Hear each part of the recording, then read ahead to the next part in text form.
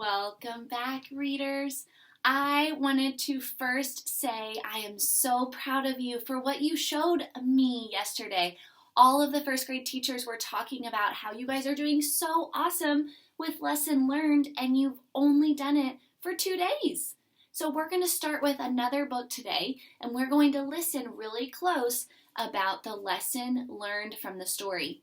Yesterday, we said one of the lesson learned in Ish was it's okay to make mistakes. So I added that at the bottom of our chart because that is a great lesson to listen for when we are reading.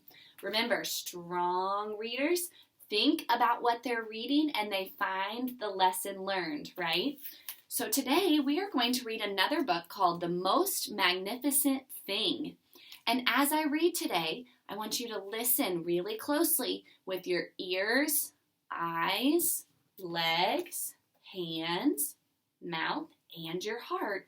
And we're going to try and figure out what the lesson learned is. What is the story teaching us? Okay? If you are ready for me to start reading, show me with your body that you're ready. Nice job.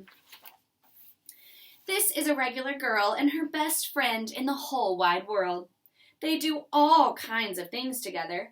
They race, they eat, they explore, they relax. She makes things, he unmakes things. One day, the girl has a wonderful idea. She is going to make the most magnificent thing. She knows just how it will look. She knows just how it will work. All she has to do is make it, and she makes things all the time. Easy peasy. First, she hires an assistant.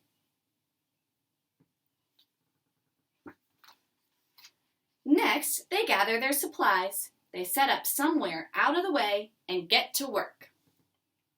When you see the little girl working, touch your nose. Nice job. The girl tinkers and hammers and measures while her assistant pounces and growls and chews. When she is finished, she steps back to admire her work. She walks around one side. Her assistant examines the other side.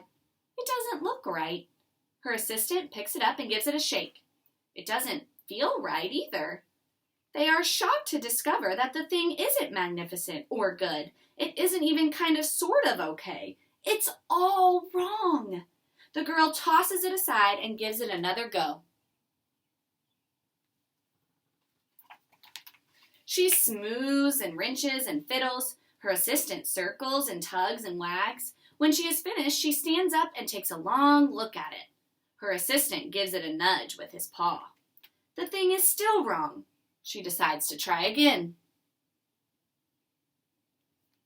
She's probably getting frustrated now.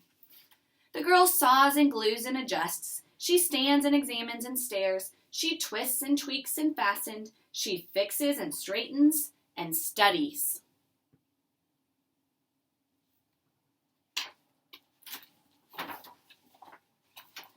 She tries all different ways to make it better. She makes it square, she makes it round, she gives it legs, she adds antenna, she makes it funny, she makes it long, short, rough, smooth, big, small.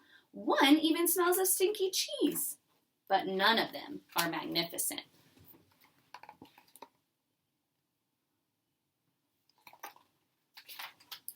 Her hard work attracts a few admirers, but they don't understand.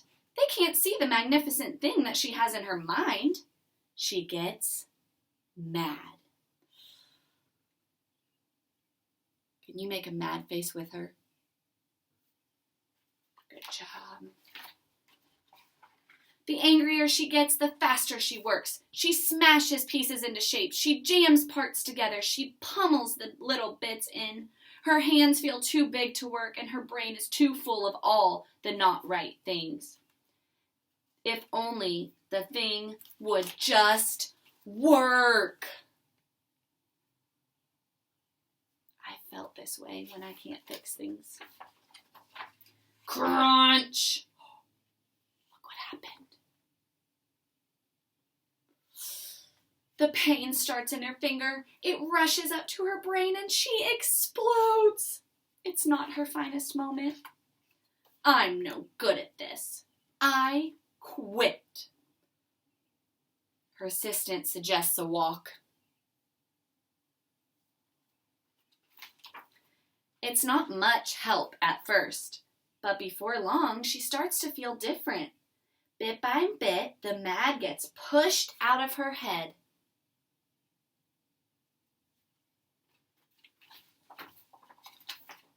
As they stroll along, she comes across the first wrong thing she made. The bad feelings are about to start all over again. Then she notices something surprising. There are some parts of the wrong things that are really quite right. The bolts on one, the shape of another, the wheel-to-seat ratio of the next. There are all sorts of parts she likes.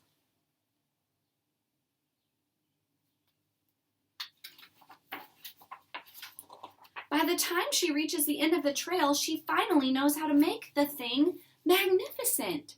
She gets to work. She works carefully and slowly, tinkering, hammering, twisting, fiddling, gluing, painting. Her assistant makes sure there are no distractions. This is the perfect thing to ward off bears. This will stop that leak. This one's all wet. The afternoon fades into evening. Finally, she finishes. She alerts her assistant.